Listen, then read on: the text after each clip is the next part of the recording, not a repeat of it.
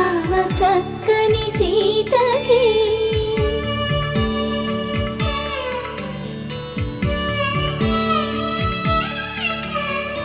ఎర్ర జాబిలి చేయి రాముడేడని అడుగుతుంటే